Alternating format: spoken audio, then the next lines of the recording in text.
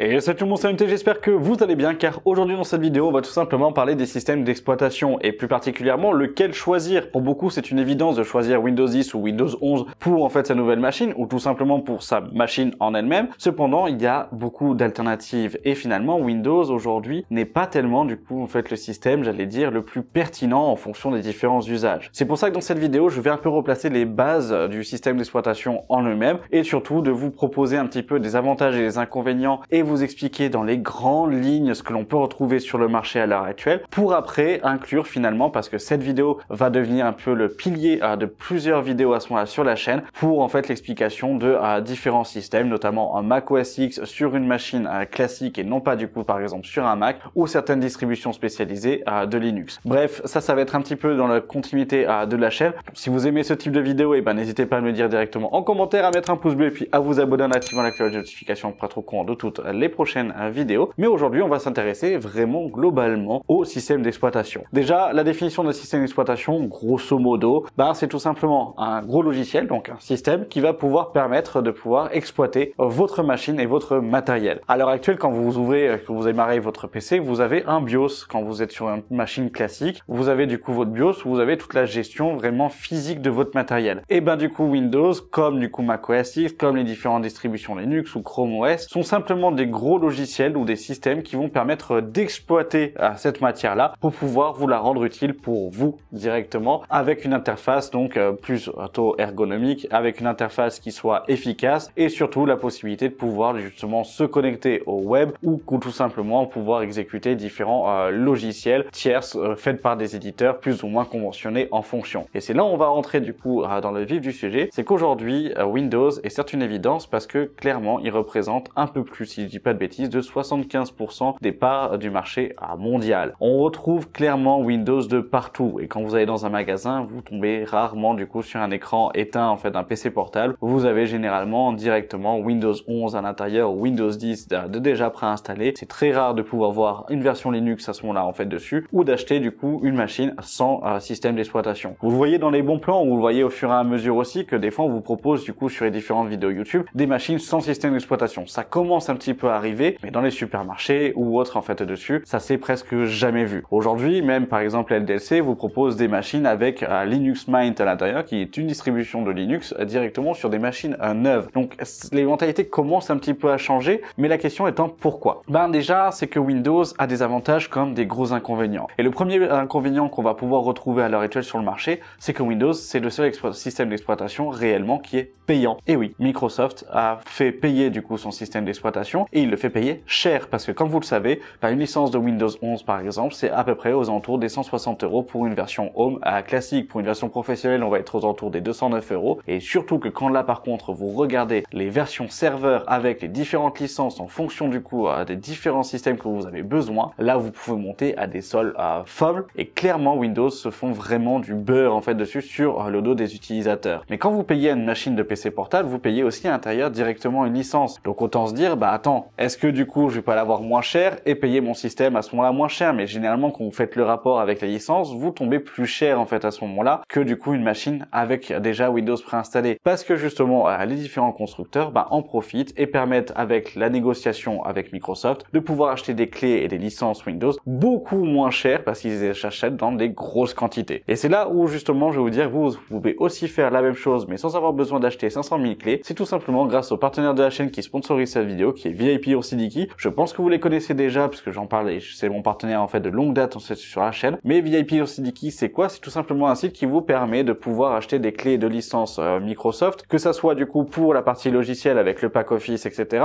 Mais aussi du coup des clés de licence de système d'exploitation, donc avec Windows 11, Windows 10, en version Home, en version Pro ou même du coup en version serveur, largement moins cher pour moins d'une vingtaine d'euros à chaque fois. Donc autant vous dire que ça reste quand même l'un des bons plans en fait à l'heure actuelle. Donc ce que je vous propose, c'est que je vais vous présenter un peu plus en détail VIP à Ursidiki et puis on se retrouvera juste après du coup pour le reste de la vidéo. C'est parti. Et là, comme vous pouvez le voir, on est sur le site de VIP Ursidiki. Alors VIP Ursidiki, pour vous l'expliquer vraiment un peu plus en profondeur, c'est un site qui vous permet de pouvoir acheter des clés de licence, que ça soit de jeux, de logiciels directement mais moins cher. Donc vraiment payer du coup les trois quarts du temps largement moins cher et ça on le verra avec le Windows. De toute façon vous le voyez déjà, rien qu'en termes de tarification, on est aux alentours des 20 € pour les licences de Windows 11 ou Windows 10 en version pro, mais pas que. Ça vous permet aussi de pouvoir télécharger des jeux et payer des clés de licence largement moins chères aussi, et que ça soit du coup sur les derniers jeux, comme là aussi vous pouvez le voir avec Platmit Wukong. Clairement du coup on peut faire de bonnes économies. En parlant d'économie, du fait que c'est le partenaire de la chaîne et que c'est le sponsor assez finalement de longue date, aujourd'hui j'ai un code, enfin depuis quand même un certain moment, mais c'est tout simplement MHT. MHT, ça vous permet de pouvoir avoir 25% de réduction en fonction de vos achats. Donc n'hésitez pas en fait à ce moment-là, ça peut être vraiment intéressant. Je vous mets le code en fait à ce moment-là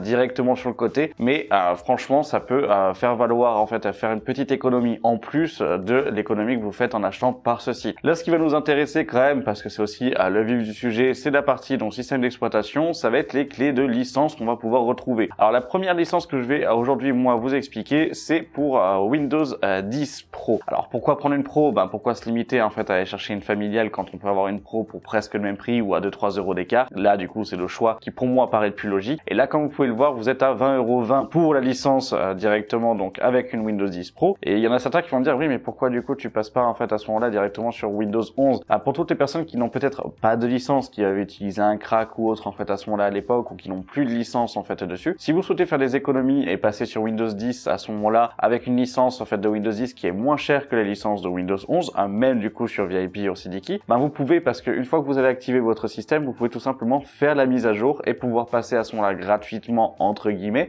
vers du coup Windows 11, et votre licence sera toujours du coup en fait suivie et sera active donc de Windows 10 à Windows 11, ce qui fait que finalement vous avez économisé. Après, si vous avez fait votre install directement de votre machine avec un Windows 11, à ce moment-là il faudra acheter une clé de licence Windows 11 soit en Pro soit en version Home. Vous pouvez aussi très bien installer une version Home sur votre machine. Dès le moment où vous allez mettre la licence de Windows 10 ou de Windows 11 Pro, à ce moment-là dans la partie activation, il vous dira que la licence n'est pas la bonne, mais il vous proposera à ce moment-là de faire la mise à jour et de faire la modification du système vers la version Pro, donc finalement de débloquer les options et de pouvoir les télécharger. À l'inverse, par contre, si vous prenez une clé Pro, vous prenez une clé Home et que vous avez une version Pro, vous ne pourrez pas descendre le système, il faudra passer par la case réinstallation. Donc là, pour la partie prévention, c'est fait. Cependant, ici, on va quand même s'atteler à la partie achat. Vous le voyez donc ici, vous avez la clé donc de Windows 10 qui est à 20 € à 20. Vous pouvez prendre du coup aussi une clé donc Windows 11 Pro à 27 €. Cependant, si là, je mets la clé Windows 11 directement dans le panier, il vous propose directement donc de mettre le code MHT en fait dessus, parce que moi je l'ai déjà utilisé, je suis sur mon compte, donc c'est un petit peu normal, mais sinon vous le tapez ici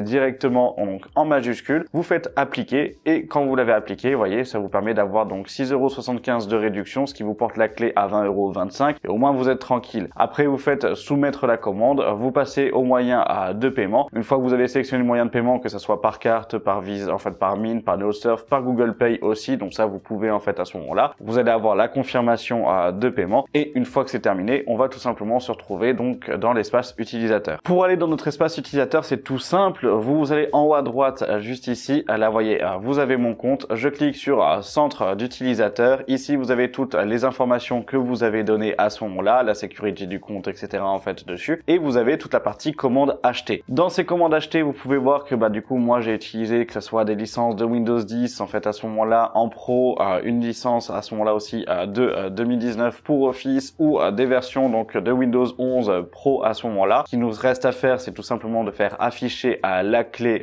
juste ici, et ici vous avez votre licence, qu'il restera plus qu'à l'activer. Pour l'activer, c'est quand même très simple, on va se redonner rendez-vous directement donc dans les paramètres de Windows. Hop, vous allez taper dans la partie recherche donc activation. Dans le cas où ce n'est pas activé, vous allez avoir un petit message en rouge avec un petit code erreur en vous disant votre système n'est pas activé, veuillez modifier la clé ou ajouter une clé ou payer. Généralement c'est plutôt payer, avec un lien qui vous redirige directement vers le Microsoft Store avec une licence à 150 et quelques euros. Là vous avez juste besoin de cliquer sur modifier la clé, vous faites votre meilleur petit copier-coller, vous faites suivant. Là il vous demande du coup si vous souhaitez activer pour pouvoir bénéficier d'une expérience hors du commun, vous faites activer, et après du coup votre Windows sera activé sans aucun problème, et là du coup vous avez votre Windows de valider. Vous pouvez après aussi lier un compte Microsoft pour pouvoir conserver du coup votre licence sur votre machine et faire une modification de matériel en fonction. Là ça pose pas de souci. Mais ce qui va aussi nous intéresser, ça va être les clés de logiciels qu'on va avoir en plus, toute la partie logicielle qu'on va pouvoir retrouver, et notamment les versions donc des pack Office. Vous avez le pack Office 2016 ou le pack Office 2019. Quand vous pouvez le voir, le 2016 on est à 33,45 € en prix de base. base, vous avez toujours les 25% de réduction que vous pouvez appliquer à ce moment-là avec le code MHT. Vous avez la version 2019 aussi à 70,20 € qui va baisser avec justement les moins 25% de réduction, et là ça va vraiment être très intéressant. Je tiens quand même à préciser parce que certains vont se dire ah ouais mais c'est quand même cher parce que je peux avoir un 365, je peux avoir du coup aujourd'hui une licence classique à 159 € avec juste Word, Excel et PowerPoint. C'est que là vous avez toute la version avec du coup du publisher, avec du Access, avec le OneDrive et surtout du coup en fait avec Outlook. Donc pour des personnes qui souhaitent la partie entreprise commencer à avoir des charges vraiment du coup limitées, ça peut être ultra intéressant de pouvoir acheter ce type de clé là parce que vous êtes sur des versions donc professionnelles plus qui vous permettent d'aller quand même un peu plus loin dans la partie du coup usage et utilisation en fait d'Office, et au moins vous êtes tranquille, vous avez toute la partie compatibilité, vous embêtez pas à avoir du coup 5 ou 6 ou 15 différents logiciels libres. Là au moins vous êtes tranquille. Donc ça va être l'une des premières choses. Après vous avez la possibilité aussi de pouvoir avoir la partie donc Swift PDF, où justement en fait avec SwiftDo ça vous permet de pouvoir avoir un éditeur qui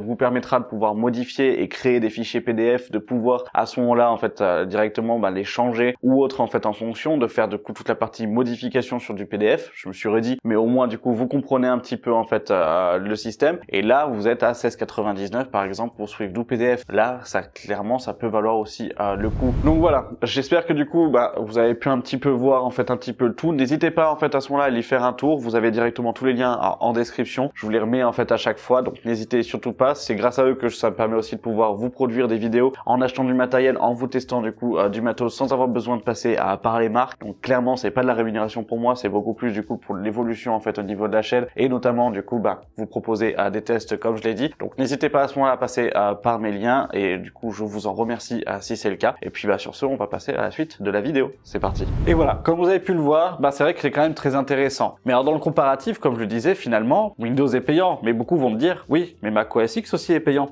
Non, à l'heure actuelle vous pouvez télécharger sans aucun problème du coup une version en fait d'Apple dès le moment où vous entrez sur l'App Store et que vous y avez accès. Donc ça veut dire qu'il faut obligatoirement passer par la case achat d'un Mac ou en tout cas d'un prêt, ou à ce moment-là de télécharger sur d'autres sites. Mais le système d'exploitation, quand vous êtes sur Mac, vous ne le payez pas à chaque fois, et vous pouvez faire du coup des mises à jour de façon gratuite au fur et à mesure jusqu'à ce que votre machine ne puisse plus être compatible avec du coup en fait le système en lui-même, pour des raisons de sécurité, pour de l'obsolescence logicielle ou tout simplement pour des raisons de performance. C'est là où on va aussi rentrer dans un certain inconvénient, c'est que sur ces dernières années, Apple du coup commence à avoir des systèmes d'exploitation qui finalement ont créé une certaine obsolescence logicielle, puisqu'on voit encore des MacBook Air de 2009 ou en fait de 2010 qui sont encore fonctionnels, mais les systèmes ne peuvent pas du coup sur les derniers se mettre à jour sur ces versions-là, et ces machines ne commencent plus en fait à avoir de support en fait logiciel et support de sécurité, ce qui fait qu'on se retrouve avec des machines qui n'ont plus accès à Internet, ou en tout cas qui n'ont plus accès à presque tous les sites à l'heure actuelle, et qui font que ça reste des coquilles où vous pouvez mettre des photos, stocker de la musique, faire des traitements de texte, et c'est tout. Donc ça malheureusement c'est vrai que Apple se voit un petit peu montrer du doigt quand finalement on voit Microsoft avec Windows 11 qui nous ont fait la même chose en nous disant tiens hop, le Ryzen 3500X qui a 6 ans, au revoir, je suis pas compatible avec le système. Oh tiens, toutes les machines du coup en fait de tel âge qui n'ont pas du coup en fait le TPM 2.0, hop, au revoir. Et ça on les a pas critiqués. Et c'est là où ça en vient du coup en fait aussi à très finalement j'allais dire commercial, et un gros inconvénient en fait sur le marché, et on parlera de Linux en fait un peu plus tard. C'est simplement que aujourd'hui si Microsoft veut justement dicter leurs lois, ils le peuvent parce qu'ils sont majoritaires sur le marché et qu'ils sont les plus gros. Qu'aujourd'hui quand vous voyez que Microsoft a un bug et que ça vous fait planter les 3/4 des aéroports, que ça peut vous tuer des centaines de personnes dans un hôpital parce que c'est la gestion des machines, etc. C'est ultra compliqué, c'est ultra dangereux. Le poids de Microsoft sur le marché est ultra impressionnant. C'est aussi pour ça que pour moi aujourd'hui, le choix d'utiliser en fait un Windows 11 ou un Windows 10 et de suivre un petit peu du coup cette consommation est pour moi en fait un inconvénient, parce que ils se placent comme étant leader sur le marché et ils disent du jour au lendemain s'ils veulent du coup à ce moment-là vous faire payer par mois leur système d'exploitation, peuvent. Et c'est là où c'est du coup quand même en fait très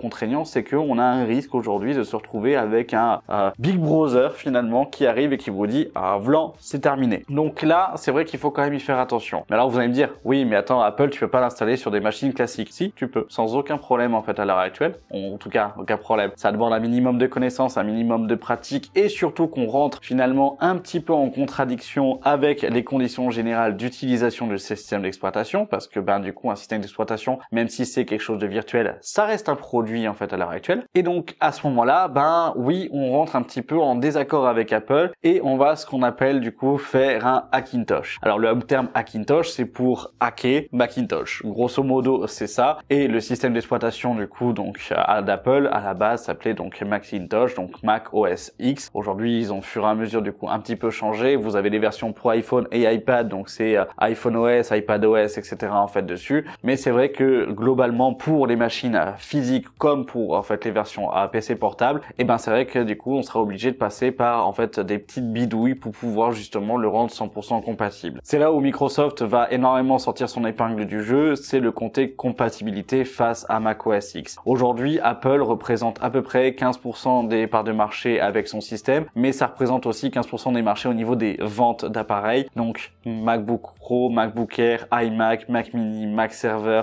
tous les anciens serveurs qu'on a pu avoir, hors dehors du coup de la partie version mobile, donc ça veut dire téléphone et iPad et Watch. Mais c'est vrai que malheureusement, du coup, Apple ont fait le choix de pouvoir optimiser leur système et d'augmenter la compatibilité avec uniquement leur matériel et donc du coup leur propre hardware. Ce qui fait que finalement, on a une compatibilité poussée à l'extrême et un environnement du coup qui est finalement très bien fait et qui est bien arrondi à ce moment-là avec le système Apple pour leur matériel. Dès le moment où on va aller mettre un système Apple, donc créer un Macintosh sur une machine classique comme je peux avoir là à côté, là malheureusement on va devoir sélectionner les composants vraiment parfaitement, etc. Faire attention à la compatibilité, que Apple ait bien sorti des drivers pour telle machine et autres pour pouvoir justement en fait le créer et avoir une machine qui soit stable. Ça c'est l'inconvénient parce que malheureusement Apple a fermé ses portes. Mais alors qu'est-ce qu'il en est de Linux? Linux, déjà ce qu'il faut comprendre, c'est que ce sont des projets qui sont 100% gratuits. Donc c'est déjà vous pouvez retrouver presque toutes les distributions gratuitement sur internet. Mais surtout ce sont des projets qui sont généralement aussi très spécialisés. Linux ça existe depuis le début de l'informatique si je peux dire ça, au même titre que du coup Windows ou au même titre que la création en fait d'Apple. On reste finalement sur les trois gros piliers des systèmes d'exploitation. Cependant Linux c'est un peu, j'allais dire du coup les systèmes d'exploitation des hippies, dans le sens où, et c'est pas du tout péjoratif, c'est que finalement ça a été plein de personnes qui ont voulu avoir leur vision du système d'exploitation et qui finalement en avaient peu de moyens, donc l'ont laissé en mode tiens je crée ça, on commence mon code, toi t'es passionné, tu m'as aidé, etc. Vous avez plusieurs personnes qui ont mis leur pierre à leur édifice finalement et qui au fur et à mesure ont monté en fait des structures pour après donner lieu à différentes structures plus ou moins fortes dans les systèmes, mais surtout du coup on crée des systèmes d'exploitation plus ou moins viables. À l'heure actuelle il y a une pléthore, il y a énormément de distributions Linux qui existent en fait sur le marché et c'est dur de s'y retrouver. Vous allez avoir du coup les plus connus comme du Ubuntu, du Fedora, du Mint, du Arch Linux, bref il y en a quand même pas mal. Cependant elles sont toutes plus ou moins différentes mais plus ou moins finalement sur une seule et même base d'un point de vue ergonomie et utilisation. C'est compliqué. Les développeurs du coup il y a quand même peu de compatibilité, faut pouvoir en fait un peu s'y mettre les mains dans la pâte parce que si on est débutant c'est pas facile réellement de pouvoir en fait à ce moment-là passer le pas et aller du coup sur un Linux, surtout que à l'école on vous apprend tout le temps du coup à utiliser du Windows et que là vous allez tomber du coup sur Linux, vous allez dire c'est quoi cette merde, pourquoi du coup en fait j'arrive pas à trouver en fait un système qui fonctionne. Bref, je le dis un petit peu comme ça mais pour vous justement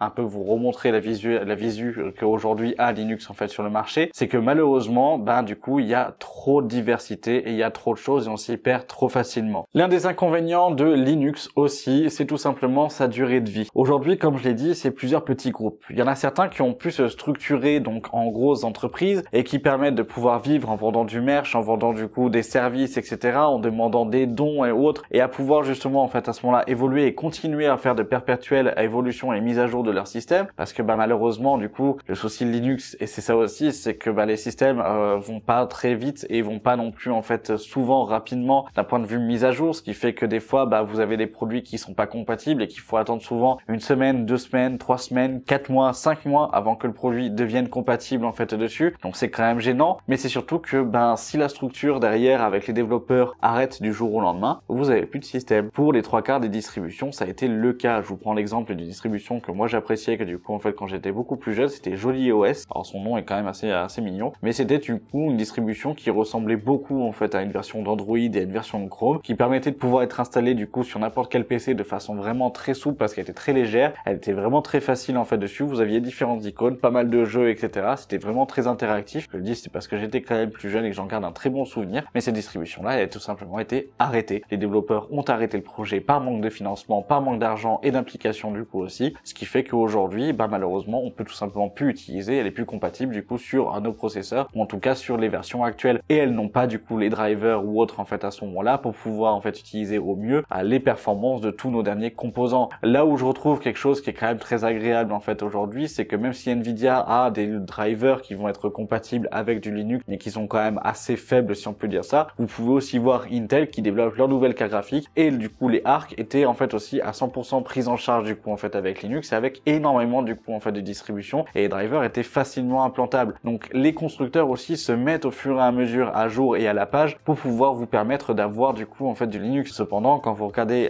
les drivers que vous allez pouvoir trouver sur les différentes cartes mères, malheureusement c'est pas encore le cas dès que vous cherchez du coup un driver de pilote sans fil, etc. Donc vous avez simplement généralement des drivers plutôt de compatibilité et non pas des drivers d'optimisation, et ça c'est le côté un peu plus dommage. Bref, ça c'était le petit point en fait à ce moment-là, et c'est vrai que aujourd'hui c'est quand même assez compliqué de savoir où se placer et de sélectionner sa différentes distributions Linux comparé du coup à du Mac OS X ou à du Windows. Cependant, il y a aussi un point positif à avoir une distribution Linux, c'est qu'aujourd'hui vous avez des distributions Linux qui sont ultra spécialisées en fonction des domaines. Parce que comme je l'ai dit, ce sont des personnes qui ont eu leur vision du système d'exploitation, qui ont créé leur système en fonction de leurs besoins et en fonction de l'utilité, et vous avez plusieurs personnes qui s'y retrouvaient dedans, qui ont rajouté leur pierre à l'édifice, mais qui ont surtout permis de pouvoir globaliser en fait l'intégralité des besoins, par exemple d'un type de secteur d'activité, pour pouvoir créer une distribution presque parfaite pour du coup en fait ce besoin-là. C'est aussi pour ça qu'aujourd'hui on va pouvoir se retrouver avec des systèmes d'exploitation comme Chimera OS ou du SteamOS, ou en fait à ce moment-là des distributions qui seront faites uniquement du coup pour la partie jeux vidéo, qui ont des compatibilités folles et qui permettent aussi d'avoir des systèmes qui finalement vous permettent d'avoir plus de performance en gaming sur énormément de jeux,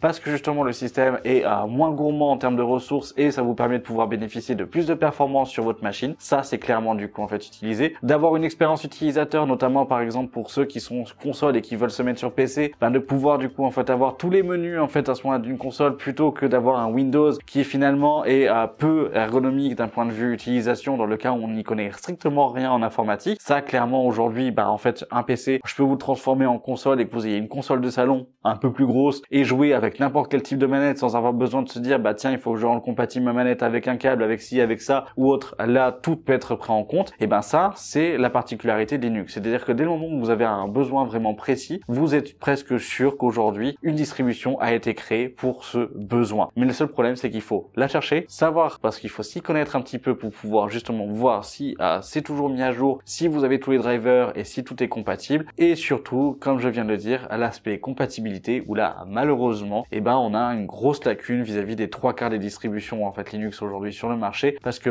malheureusement il y a un gros souci de compatibilité parce que Linux n'est pas assez représenté sur le marché. Oui, et on va quand même rentrer dans le vif du sujet en fait aussi. Un développeur web, quand il travaille, ou un développeur du coup en fait d'application, de logiciel ou autre en fait à ce moment-là, il veut le vendre son logiciel, et à qui du coup en fait il va le vendre? Il va pas le vendre du coup aux 10% en fait restant à ce moment-là de Linux, de FreeBSD, de Chrome OS, etc. en fait dessus, de tous les systèmes d'exploitation qui peuvent exister en open source, qui sont des personnes finalement qui ne veulent pas payer du coup leur système d'exploitation. Donc du coup pourquoi ils iraient payer certains logiciels, ça rentre aussi un petit peu en compte. C'est aussi pour ça que je dis c'est un peu le côté un petit peu hippie. Ils vont pas le vendre pour Mac parce que du coup Apple est ultra du coup en fait fermé à l'ouverture en fonction des différents logiciels, et ils ont un cahier des charges qui est long comme le bras et qui est ultra compliqué pour pouvoir respecter du coup toutes les normes en fait à l'heure actuelle, donc de qualité, etc. en fait à ce moment-là. Ce qui fait que au final la plus grosse niche où on peut retrouver quelqu'un qui peut acheter du coup notre logiciel, qui finalement du coup pas si regardant sur les compatibilités, ou en tout cas comparé du coup en fait à Apple, finalement c'est ok, qui n'a pas besoin de se décliner en 45 déclinaisons différentes pour pouvoir respecter n'importe quelle distribution Linux, c'est qui? C'est Windows avec Microsoft. Donc autant vous dire que du coup un développeur lui il va pas s'embêter, il va pas du coup se casser les noix, il va se dire ok je prends les 75% de marché, je vise ça et après je rendrai mon logiciel compatible sur Mac et peut-être du coup sur Linux au fur et à mesure des années. Donc clairement aujourd'hui c'est vrai que Windows s'est imposé comme étant justement le système d'exploitation le plus gros en fait sur le marché, mais n'oubliez pas que justement aujourd'hui il s'est imposé parce qu'il a cette domination là, qu'il tient un peu du coup toutes les entreprises, et pardonnez-moi l'expression mais il les tient un peu par les couilles, et c'est vrai que aujourd'hui Microsoft est l'une des plus grosses entreprises mondiales, et c'est vrai que face à du Apple à ce moment-là avec du Mac OS X ou en fait avec des distributions Linux, aujourd'hui le choix paraît évident, mais parce qu'on connaît finalement que ça. Là où où je voudrais vraiment vous emmener à travers cette vidéo, où je vais un petit peu dégrossir du coup cette partie-là et que j'espère du coup avoir peut-être un peu soulevé la curiosité sur certains points, c'est que justement j'aimerais bien aborder sur l'année 2025 et au fur et à mesure des thématiques de vidéos où je vous présente des distributions Linux spécialisées pour certains projets, que ça soit de la borne d'arcade, de la console de salon, des projets uniquement pour les créatifs, mais beaucoup plus par exemple pour des personnes qui vont faire uniquement de la musique avec du Pro Tools ou autre, qui peuvent tourner dessus parfaitement et beaucoup mieux que en fait avec un Windows, avec des différences de performance. Pareil du coup pour du gaming, comme du coup pour la production et la production avec du Premiere Pro, du DaVinci ou autre en fait à ce moment-là, mais aussi vous proposer justement une alternative à acheter un Mac qui finalement coûte un rein, qui d'un point de vue matériel ne vaut pas réellement le coup en fait d'un point de vue spec, mais tout en utilisant du coup Apple sur en fait une machine physique classique qu'on pourrait en fait acheter dans le commerce. Bref, c'est un petit peu mes projets de vidéo en fait à l'heure actuelle, et c'est vrai que pour moi du coup je trouvais ça important, et je remercie aussi VIP Kids de sponsoriser en fait cette vidéo là, mais pour pouvoir vous rentrer finalement et vous permettre d'arriver un petit peu à comprendre le marché et à comprendre un petit peu le côté système d'exploitation qu'on peut retrouver au fait aujourd'hui. Donc si vous avez aimé ce type de vidéo, et je vais m'arrêter là pour cette dernière, justement pour un peu vous donner un petit peu d'envie d'aller chercher plus loin, mais si vous avez aimé ce type de vidéo, n'hésitez pas à me le dire directement en commentaire, à mettre un pouce bleu, à me donner vos avis. Franchement, dites-moi du coup ce que vous en pensez. Si vous avez des distributions Linux, si vous avez des projets, si vous êtes chaud du coup pour faire des choses, n'hésitez pas à me le dire directement en commentaire ou à me rejoindre sur Twitch. On pourra regarder les différents projets, les projets des différentes distributions Linux en fait au fur et à mesure, et à ce moment-là pourquoi pas les tester et faire du coup un banc d'essai sur Twitch en fait directement sur ma chaîne. Donc n'hésitez pas en fait à ce moment-là non plus à m'y rejoindre. Si vous avez des questions, vous avez mes réseaux sociaux, et puis du coup voilà, si vous souhaitez être au courant de toutes ces prochaines vidéos là, bien évidemment il y aura toujours des tests hardware etc, ça je les laisse pas du tout tomber, au contraire, et on va aussi s'y forcer. Mais du coup si vous voulez être au courant, n'hésitez pas à vous abonner en activant la cloche de notification, à mettre un pouce bleu, je le redis en fait à ce moment là, et puis moi du coup je vous remercie d'avoir regardé la vidéo jusqu'à la fin. J'espère que vous avez passé un bon moment, et puis du coup c'était MT, je vous dis à la prochaine pour une vidéo tech sur la chaîne. Salut!